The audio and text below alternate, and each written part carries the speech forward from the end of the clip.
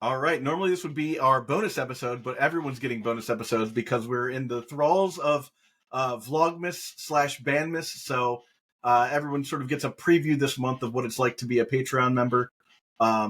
Phil, this episode is going to be us talking about the decks that we're currently playing and how we're preparing those decks for a post-ban meta. Yes. Where is your head at? Are you just continuing on the breakfast train since your deck went more or less untouched, or what's going on with you? Surely I am on the breakfast train. And I'm also looking at a couple other decks, like, now that Lightning Bolt is unbanned, right? Also, uh, Urza and Mishra's Baubles are unbanned, so maybe 8 cast is a thing too. But I think today I'm going to focus on breakfast specifically. And there's some changes that can be made to the deck now that we don't have to worry about Bauble. Now that Psychic Frog is less of an issue. There's some. I think there's some salient changes that we can make to the deck to make it better. But I think a lot of people are wondering where your head's at with Miracles, because you were straight up not having a good time, man. Previous meta. How do you feel about the current meta? Well, I wasn't. I mean, there's never going to be a point where I will be content with, of course not. I mean, it's mostly primarily because, like, I feel like every other archetype, macrotype, just keeps getting like these pushed tools, and the only thing that they've given control really is, I guess you would argue, is like, you got Wrath of the Skies, but like Yeah, even then, Wrath of the Skies isn't um in a space where it's like only you get to do a thing. It just means like, okay, yes, it's essentially a meltdown unless you're committing more to the energy, in which case it's just like a big wrath. But the problem with it as a build around, in my point of view, mm-hmm. is it makes it so that you are primarily narrow, right? So like it does what white cards did, which like is maintain board control, and it can do it in a way that's a little bit more flexible, albeit more mana intensive. But it doesn't do it in a way that like offered anything that control didn't already sort of have access to. It's just a different way to go about it, and maybe now you have a lower to the ground tool to deal with Urza Saga.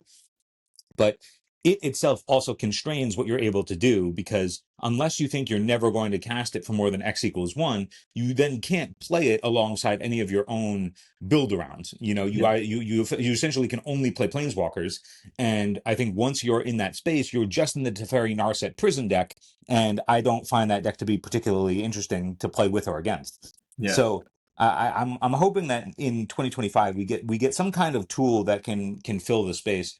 I mean, post ban, I found that every time I strayed away from Counterbalance, because the best thing that Control has in my POV is Mystic Sanctuary, and Mm-hmm. every time I strayed away from Counterbalance, I was just never winning ever.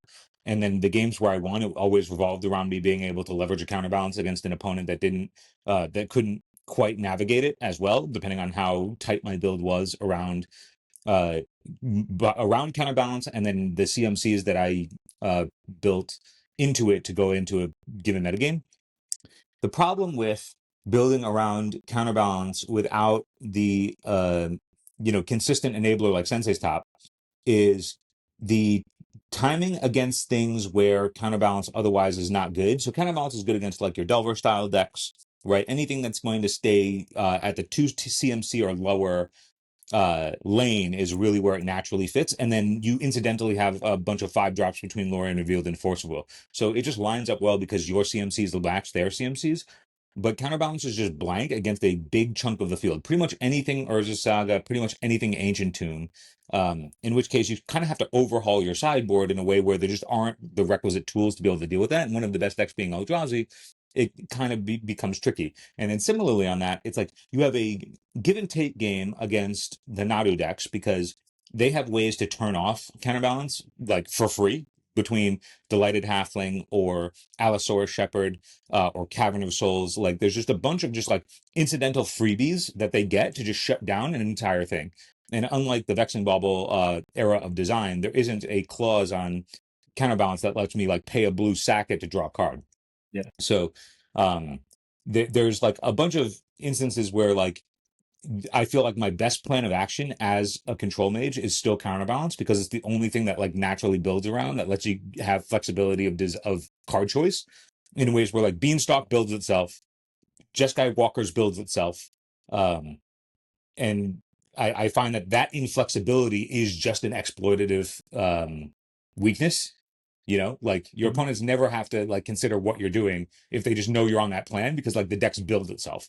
So it's like if you play Sultai Beans, it's like they know what you more or less they have to play around because you're sort of compelled to play things that turn on beans, and so they don't have to think about some things and then they do have to think about others. Yeah. Whereas like if you're playing against Counterbalance, it's like who knows what is sitting across the table other than Ponder Brainstorm Source Plowshares. Like they don't know necessarily what the 2 drops are until you show them. They don't necessarily know what 3 drops until you show them, 4 drops until you show them.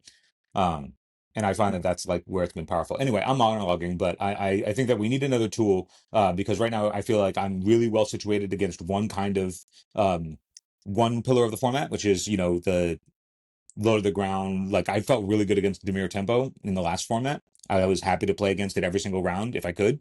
Yeah. Um, Whereas like you just never want to see an Ancient Tomb across the table, and I feel like that's still set for now post ban. I don't think that they like the loss of Frog and Vexing Bubble. I don't think is changing the meta in is changing the meta meaningfully. Like, okay, yeah, Mystic Forge maybe isn't the weird outlier powerhouse that it may have been, and the Demir Reanimator decks get like a punch down a little bit, but like not in a way that is like too significant that I think makes a dent in their metagame share.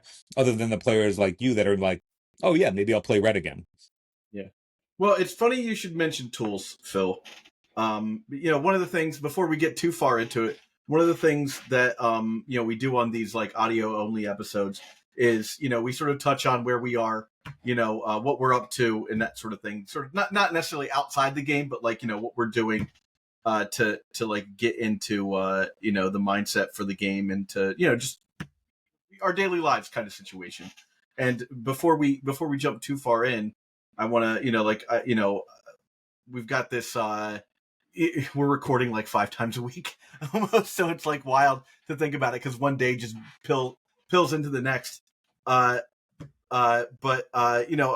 been using this Magic Mind thing, and it's been working out really well, and we're gonna send some to you so that you can check it out. But like between trying to figure out my decks, recording, scheduling people, and obviously work. I still have a job, and I still have to do Christmas shopping.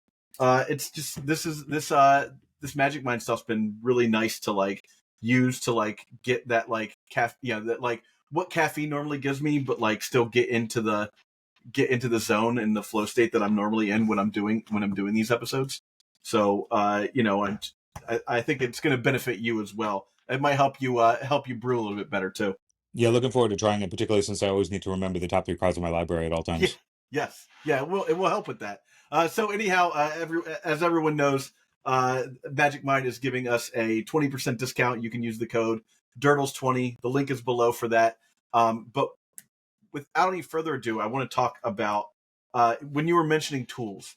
That is an interesting one for me because um, one of the tools that your deck has and made it very well positioned, at least more well positioned against Psychic Frog than say other decks, was that you could play Swords of Plowshares. You also had sort of figured out within your toolbox that if you play Extract against these Entomb Reanimate decks, that you could get rid of the one card that was really bothering you in that matchup and turn it back into a fair matchup. So if you were able to get rid of Atraxa, the game pretty much became tempo fair deck that can sneak in Archon of Cruelty, which is good but not game ending for you, versus something that they could protect over the course of a few turns. Their Atraxa, reload, and possibly in the game. So I think your deck's actually much better positioned than you let on, because now you still have those tools.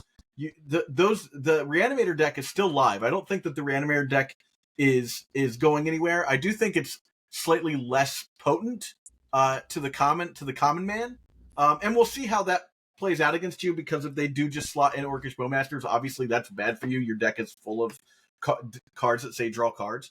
But I think that if they go the Barrow-Goyf Dothy Voidwalker route to sort of if they become an Ouroboros and start to eat their own tail, you're in a much better position, and I think your deck is actually in a solid spot. Any deck playing Swords of Plowshares is in a much more solid spot, just because you're going to be able to answer almost any threat that comes down, and the fact that those Reanimator decks are going to be a little less potent is actually going to help your deck out. I actually think that it's probably going to be the other. I actually have the take that it's going to be the other way. I think Okay. that the Reanimator decks losing Frog are going to steer are not going to lean as much into the essentially we're a tempo deck playing the 10 cards that make us turn a 1-2 punch kill deck Mhm. on the Reanimator plane. Um, because now that they don't have Frog to bridge the gap, they just are going to be like, why would we play these, otherwise uh tempo-ish cards when we can just play the more things that are going to support the actual powerful thing we're doing, um because they don't have one card that's sort of solving that problem for them while also being a way to generate cards outside of the graveyard. So I think that they're just going to lean harder into disruption to clear the way for their combo, and it's going to be a more difficult time. Yeah. Um, and I say that because one of the decks that I saw that was having success was more of like a Reanimator show and tell package. Is actually a friend of the cast, Sam Rukas and Bob Huang. They designed a deck that was leaning on a show and tell package alongside the Reanimator list for Eternal Weekend, and they put up good results. They Yeah. didn't top it, but they did have a good showing. And in a 15 round GP style event, I imagine that they probably are in contention for top eight. Versus having to only you can't take a second loss at the Eternal Weekends these days, but I imagine that people move towards that angle because the free wins are just better than trying to grind with tools that just aren't as efficient. And also the implications of what Frog did to the rest of the format. Um, Frog moving red out of the format for the most part because nobody really believed in Bolt meant that there were less Pyroblasts, and that sort of made show and tell a little bit better. So pairing the blue black Reanimator strategy is also a pseudo show and tell strategy to get around the graveyard as opposed to using Bowmasters or any other um, thing that you would see in the tempo decks. I think that people are going to more move towards that because they're going to recognize the more powerful thing to be doing is just Reanimate and Atraxa. And once they go, oh, there isn't really a reason now to stay fair, we might as well just go full unfair. And so I expect to see more disruption in those slots rather than like what would have been a more tempo-y game. So I know you generally keep your Mox Field list pretty current. So of course we have your Mox Field link down below. But is it current right now? Have you looked? Have you looked in the last couple of days to how you would build this deck for this meta yet? Yeah, I try a couple of different things, and I'm on Moxfield moving things around a lot. We just passed the 20,000 view threshold, pretty sweet. Sick. Um, I think that the problem is there's a couple of problems that a control shell sort of has, and there aren't really efficient tools to solve the problems. Uh, and when I say there aren't efficient tools, I mean like the tools that are available are one shot, like hope this works. Mhm. And if it doesn't, it just doesn't. And so the games just become about that thing as opposed to like trying to build a game plan. So for example, it's just really difficult to beat any Ancient Tomb deck because they just skip development. And so there's no time to develop a mana base meaningfully. And the only real reasonable, consistent build around that I've found after trying a ton of different things is Counterbalance in a way that can actually compete with the top decks, but it can't compete with the Doesn't Ancient compete with Tomb those decks, world. no. And so the problem though is that there isn't anything in the game really that contends with non-creature permanents 3 mana and above, Yeah. that isn't just a sorcery speed prismatic ending at 3. And at that point, whatever 3 CMC thing came in has already done whatever damage it's going to do. And then you spend a turn time walking yourself to sorcery speed at mana parity. Or actually, it's mana disadvantage because their Ancient Tomb stuff or whatever came in and didn't cost them 3 mana. Like it cost them 3 mana in a vacuum, but it didn't cost them 3 mana in reality because their lands tap for more than one. So in terms of turns, like I have to get to my third turn and then spend my mana doing that, where they can just like spend their turn one casting the thing that's going to do however much damage, if not already win the game before we even get there. Well, And they're I do want to push back on there's nothing that could do that because your deck being at most a 3-color deck doesn't play Leyline Binding. But Leyline Binding is the card that can solve that problem to a point. Yeah, yeah. Leyline binding solves it to a point. And that's the crux of being able to find flexibility. Like so, like essentially, like when you're building a control deck to adapt to a given metagame, right? Being able to be flexible with the cards that you choose, like what I put in my 2-drop spot for to play through a with counterbalance against what I'm expecting to play against, or enable certain things. Like those, there are a bunch of different choices between Snapcaster Mage, and I've been playing Deduce for a while. There's Predict. You can play something that doesn't draw cards, like Unexpectedly Absent or whatever, but like the double pit mana is like way too difficult in a world that's this fast, and isn't actually a permanent solution to something. And I think like once you move into Layla, once you move into I'm going to just make it so that my mana base is so bad that the strength of being a control deck to begin with, which is relatively you would have stable mana, assuming that you get time to develop. If you're conceding that, then you need a particular way to really go over the top. And so once you're in Leyline Binding, you really are only in Beanstalk. Yes. And then once you're in Beanstalk, the deck builds itself. And Yeah. that's what I It's mean, where true. it's like, I look, the thing is, like, I hear we talk about this all the time. And I always am like, well, you can't do this because the deck builds itself. You can't do this because the deck builds itself. What are the tools within this thing? Well, the deck builds itself. And it's because the tools for each thing that you could be doing, whether you want to do Teferi Narset or Beanstalk or whatever, it's like the tools with each of those collections just are the collections of cards that essentially just qualify 40 plus cards of your deck, Yeah. and then you have your mana base, and so you're left with like the flex that you're left with is so narrow and not really contributing to anything of like this is the game plan, because the game plan of Beanstalk or the game plan of Narset Teferi, like around it, like the shells around that shit just design themselves. Yeah. And so, like, when you're like, okay, well, maybe I can play like the Spell Pierce here, or I can play whatever. It's like, well, the Spell Pierce isn't conducive to like what you're trying to do as a plan, right? Like, I'm not proactively like trying to be like, okay, as long as I can like get my Spell Pierce going, like I can build around a game plan around this. You know what I mean? It's like Yeah. that's not quite the thing where it's like you could, essentially, there isn't an ABC.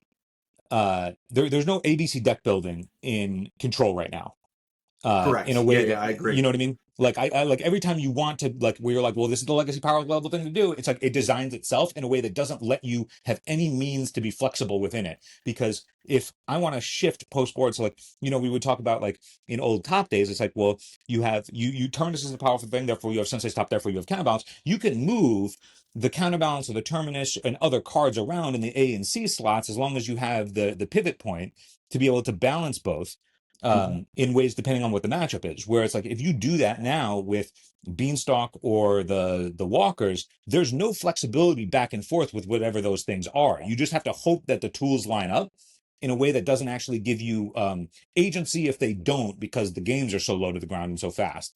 So I don't know if right now, like, there was enough churn to the format post ban that like Control will just come back in any meaningful presence as a macro type.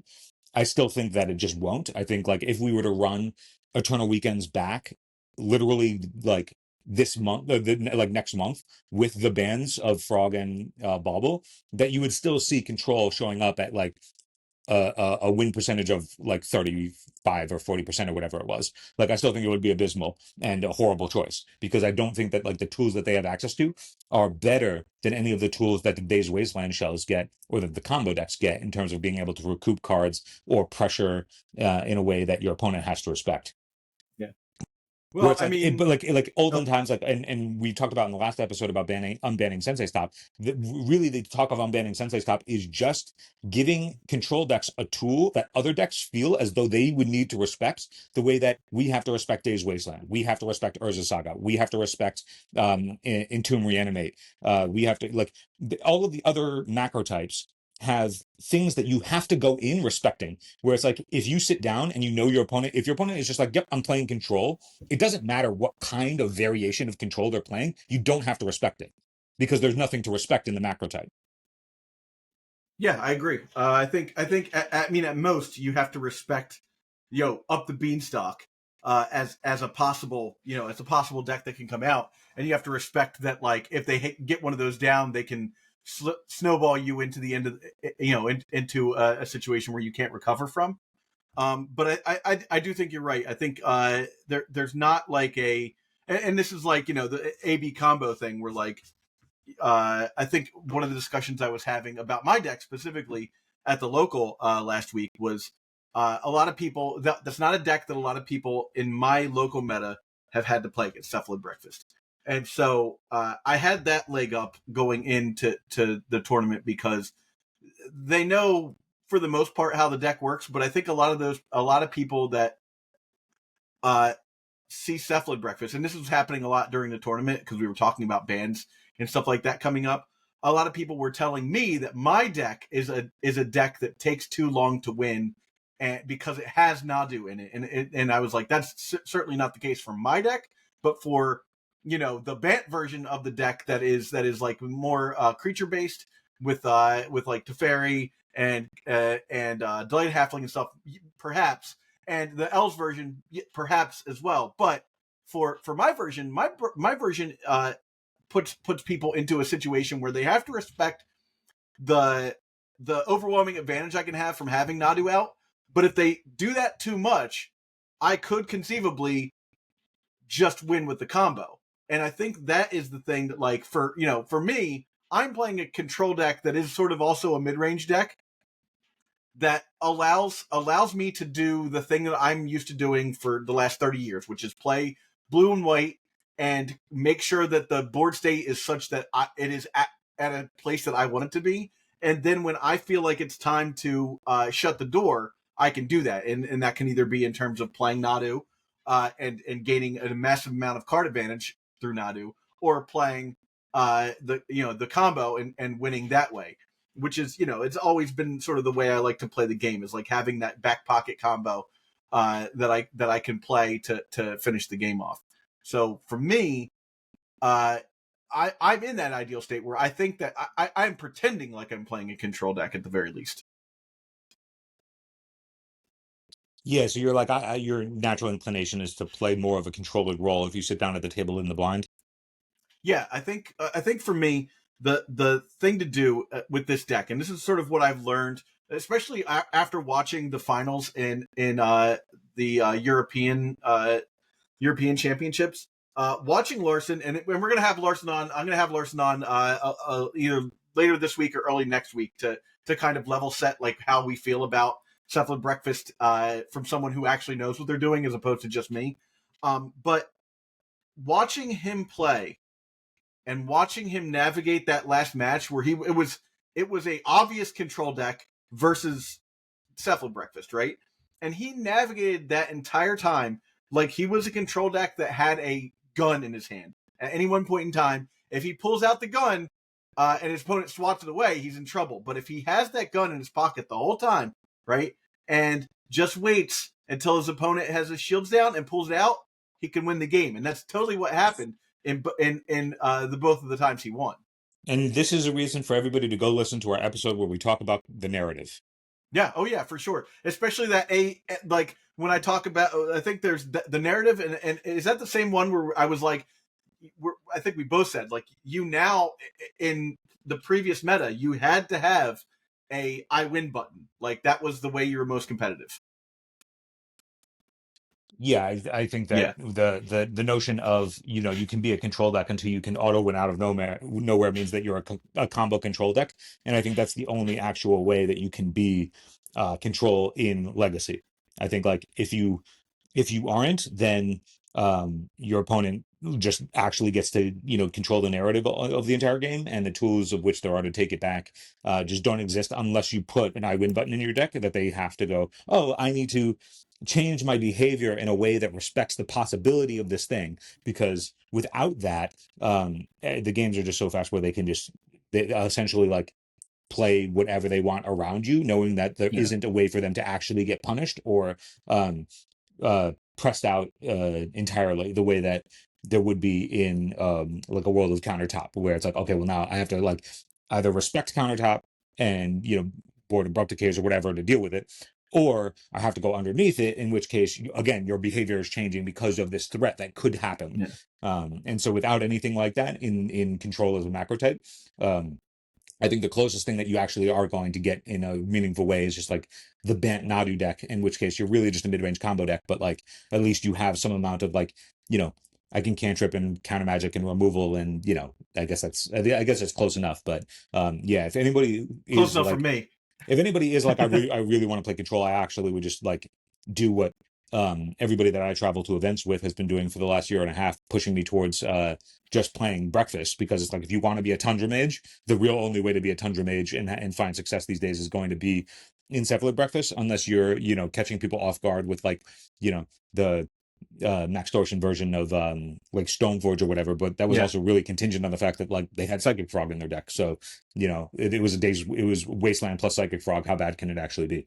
yeah. Um, I but think I I don't know if there's a world now, because of how good Ancient Tomb is. I don't know if there's a world now that your control deck can't be control deck that plays Wasteland. So think like your Days Wasteland yeah. Beanstalk Shells, or you're playing some variation of Blood Moon, in which case you're probably just a worse version of Painter. Well, Phil, let's talk about winners and losers cards wise. After this ban, right? Like, I think that's a good place to kind of level set everybody. That people that might not play our deck specifically. Because like loser, I think in this particular scenario is actually Swords to Plowshares. Swords to Plowshares was like a premier removal piece, and it's still fine. But I think that Swords to Plowshares itself as a card is less useful now than it was before, because it was the way to get rid of Frog, and it obviously still gets rid of everything else. But like the if you're playing a Swords to Plowshares deck, and you're not Cephalid Breakfast, I would say, you're a little less likely to be doing as well, because now you have to combat yourself with all the decks that also could play Lightning Bolt to get rid of creatures they wanted to get rid of, and whatnot. Or Fatal Push is another card that I guess is technically a loser, because now you don't want that against Eldrazi, right? You don't want that against a lot of the decks that are gonna slam. Like I think red prison has actually got a leg up right now, because they don't have to worry about splash damage from people trying to beat what's called Mystic Forge. I think Mystic Forge is still a deck. I just don't think it's the tier 1 deck that everyone was worried about now. I think that zooming out a little bit from that take, I don't necessarily disagree, but I don't think it's that Swords to Plowshares is the big loser. I think that the color white is the big loser, Yeah, because I agreed. think like unless you're already in white for another purpose that isn't Swords to Plowshares. So like if you are playing Nadu, you're playing um Nomad's Encore, and then if you're not playing essentially the mono green elves version that's splashing the colors for that combo, then you're like, okay. If you're playing Bant or if you're playing Cephalid Breakfast, you're like, I'm in white anyway for the combo, and since I'm already in white, I just get access to Swords to Plowshares as opposed to anything else. But there isn't any draw to white otherwise. Like, unless you're like, I'm going to really stretch to get like Stoneforge Mystic or whatever, there's no reason to be in white. That's the Okay. issue. There's just no tool that is desirable in white, because every tool that you would want in white, you just get better options in the other colors. Green has green and black have better threats and removal. Red has Power Blast and better threats if you want them. Um, there's the only things that white has going on is exactly Swords to Plowshares, and then if you make a concession around playing a card that is weaker than everything else that you could be doing. So I think that like white as a whole just needs help to have an identity outside of just being an incidental pairing to the more powerful stuff. Um, and it just doesn't happen. There's just no reason to otherwise sleeve up anything with a white pip, Fair. if it's not exactly like Nomads on core, to be honest. All right. I'm going to name a winner here, and then I'll let you continue on. But I think Force of Will is a winner here. I think Force of Will is uh, even though it's the glue that holds the format together, I think that Force of Will is a check that is otherwise implicitly easy to beat, because they have made so many tools to make it so easy without really much reasonable counterplay. Um, I don't believe in Force of Will. I think Force of Will is necessary because there's literally nothing else. Oh yeah. Um, but I don't think that like, oh, suddenly Force of Will is great Oh because yeah, I mean, it's really not. I'm not You saying Force of Will is now a good card. Like, no one wants to have to play Force of Will, but like the format demands it. Like, if I could take Force Oh of yeah. Will out of every one of my decks and know that I still would have the same win percentage, otherwise, I would do that because I could put those are 4 slots in my deck that wouldn't discard another card from my hand, and I would still be doing fine. What I'm Yeah. saying is, if if uh, if any card got away, like came out as like a yeah, this card's now better. uh the fact that Vexing Bobble no longer exists in the format and doesn't strand Force of Will in your hand, um I think we're in a better, Force of Will's in a better state, a better place for it. Yeah, I think that Force of Will, just because it went from being blank cardboard now to uh, not being entirely blank cardboard, but still bad. It's like, okay, Urza Saga still doesn't give a shit about your Force of Will. Ancient Tomb decks, in a way, are going to overload your Force of Will if they, unless they like severely mulliganed and you're set up otherwise pretty significantly with your own combo, or like overhauled in the sideboard to be able to like clear the fact that you have 4 Force of Wills and they have however many number of must answer things, otherwise the game immediately ends. I think that in the Nadu decks, between Cavern of Souls and Allosaur Shepherd and Delighted Halfling. Like they just have so many tools at their disposal that they can just pick and choose which ones they feel like playing, depending on their build. That Yeah. is just like the most easily suitable for them if they feel like it. Um, like and then the fact that like you can never actually press with Force of Will. Force of Will is reactive. So your opponent, if they are like, oh well, they have Force of Will, they just don't have to move, and then they just have a tool that will otherwise mind twist that type of gameplay for free and in a way that there isn't then a pattern to play around. So I don't think Force of Will is a gainer just because it went from unplayable necessary trash to just necessary trash. Yeah, I think that that's like fair. the ways that Force of Will is not good reactionarily. I think Force of Will is good if you're pressing your own advantage and then stopping them for a cycle that then gives you a window to close the door immediately. But I don't think like Force of Will to buy time. I think Force of Will to buy the turn to execute a combo is really where we're at. Because it's just not enough. I just personally don't think that it's enough, given that they didn't go far enough with the bans. I think the format will more or less be the same, and I don't think Force of Will's the little bit of Force of Will's traction is going to offer us much of a difference, only because all of the decks that uh, needed to beat Force of Will before Vexing Bobble could beat Force of Will before Vexing Bobble in a Yes. way that wasn't too difficult for them. All the combo decks if they want, they have Veil of Summer, they have all the cards that I mentioned before. It's just not hard, and all of the stuff once it sticks is just like, okay, well now it demands an answer, and you have blank cardboard, like you implicitly have dead cards in your hand once that stuff sticks. Um, and there's just no real way to recoup from it in a way that's reliable, and so it just presses you away from playing that kind of gameplay. You're usually going to be better situated. It's like if you have Force of Will not forcing their thing, but if they go, okay, that's my thing, and then you jam your game-winning combo and then back it with Force of Will, that's like actually the more reliable usage Yeah. of Force of Will, at least in my opinion, as the guy who's always sitting down, assuming that they're going to be in the control role. So if you don't think Force of Will got it, what do you think was the big winner, deck wise or card wise, to come out of this ban? I don't think there was a like very clear, obvious gainer that like, oh, it wasn't playable before and now it suddenly is. Um, and I say that because, okay, yeah, let's say everybody's like Lightning Bolt was soft banned and now it's not banned. Like, I mean, really, the deck that gained the most from the ban is exactly 8 cast, right? I was about to say 8 cast. Lava. What is it? What is that thing called? Leyline Axe is the big winner. Yeah. I think that like there was a deck that was implicitly soft banned from the format.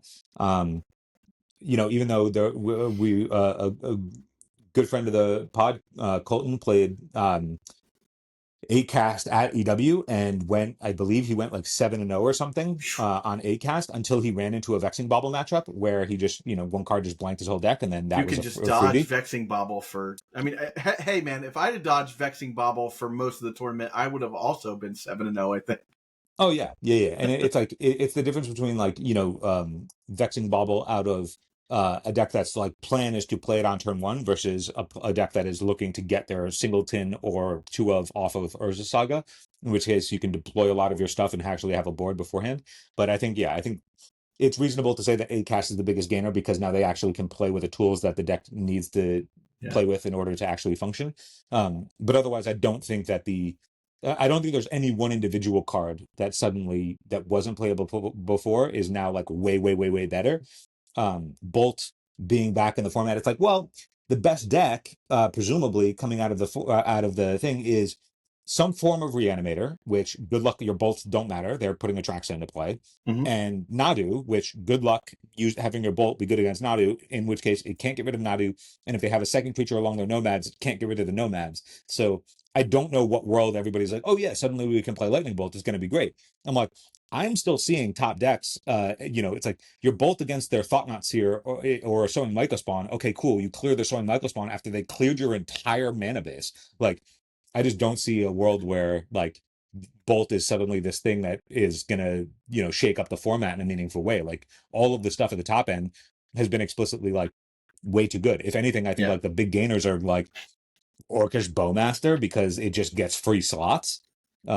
Maybe Daughty Voidwalker because it gets free slots. Like I'm not sure if there's anything that's making it so that those cards are better than they already were. It's just that like people now have a slot in their 2-drop on their curve in those decks that they don't get to play Psychic Frog. So what do? Maybe people start experimenting more with Metamorphosis Fanatic in that space, but like I think they Metamorphosis should. Fanatic. Yeah. Metamorphosis Fanatic was also being, buoyed a bit by Psychic Frog in that it was a free discard outlet, so you can Miracle, and then with a Miracle trigger on the stack, discard a creature that you'd want to reanimate. Yeah. I mean, you still have some Or amount you of could that with just get Troll it and out of Tomb, your but hand and reanimate it like to get like two other creatures in play. Like you could chain right, yeah. Metamorphosis Fanatics like if there was one stuck in your hand. Yeah, so like I don't think that there's any gainers from what I have seen people talk about. I don't think that there's any individual card that is necessarily better or worse. I think that like they didn't do enough to the format to alter it in a way that like opened anything up, which is why, when we had Reed on and we were talking and the episode before that where we were talking about how nice it would have been to see some unbans to sort of generate some sort of interest to try something different. Because I don't know, outside of Acast, is there really anything else to try different other than the decks that were Yes. playing the cards that got banned getting I free was slots? I was hoping you would ask. I'm You just asking, Zach. teed me right up, and then I'll Zach, have a couple of announcements too I'm teeing about you up, Zach. Please enlighten upcoming me. shows. But so we're gonna have Fenris Cloud on shortly to talk about Infect, a deck that was basically also soft banned because obviously there's an uptick in decks that need removal, right? But there's also an uptick in Vexing Bobble, which means that you can't cast your Invigorates, right? And the deck really like Invigorate is the legacy power level thing to do in that deck, and without it, I think the deck sort of died. So I see Infect as a deck that can come back and make it. If we'll have to see how Orcish Bowmaster settles and a couple other things, but that was a deck that I didn't actually mind playing in the Orcish Bowmaster's meta because 2 mana to deal with my guy when I have access to Daze, pump effects, stuff like that didn't feel that bad to me. But Vexing Bobble just shut the deck down completely. Yeah, I guess like in fact in my head always just had the out of playing Veil of Summer both as a way to blank things like Fatal Push, but then also be able to just jam their shit through a Vexing Bobble. Yeah. Well, with that said, like I said, we've got a couple of interesting guests coming up. I'm going to have Larson on soon. We're going to have Fenris Cloud to talk about Infect. I'm going to have Crucible of Words come on, and we're going to talk a little bit more about ban discussion. But super fun episode coming up because as you know, Phil, LobsterCon sold out like 5 hours in. We're going to have Phil Wynn on the show to talk about LobsterCon, to talk about pre-modern, to get people excited about this amazing format. And I think that'll be a real fun episode too. So there's 4 episodes for you coming down the pipeline right before Christmas. Yeah, pre-modern. So this is the second year in a row that it really sold out. I mean, definitely the So same day. fast. I don't know if this year sold out faster than last year, but I know last year also sold out very fast. I know it was same day. Yeah. I mean, goddamn.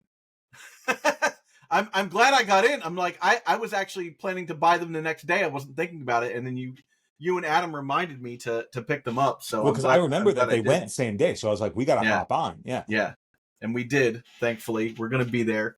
But with that said, so we've got those episodes, and then on Christmas, we're dropping a new song on Christmas. That'll be our Christmas gift to myself, because I don't have to do that much editing for that.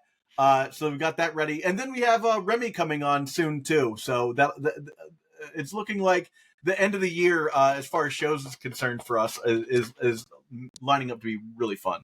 I'm getting my Grand Calcutron deck ready. Grand Calcutron.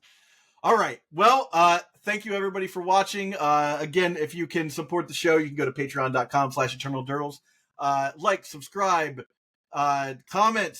Please comment. That's huge. The comments you guys have been throwing in have been awesome, and it's fun to go back and talk to everybody and see how everything's landing for you, and also getting us critique on how our sound is coming out and stuff like that. Really important stuff. So I really appreciate that, to everyone who's giving us respectful heads up about, like, hey, this is too loud, or this is that's good. Thank you so much.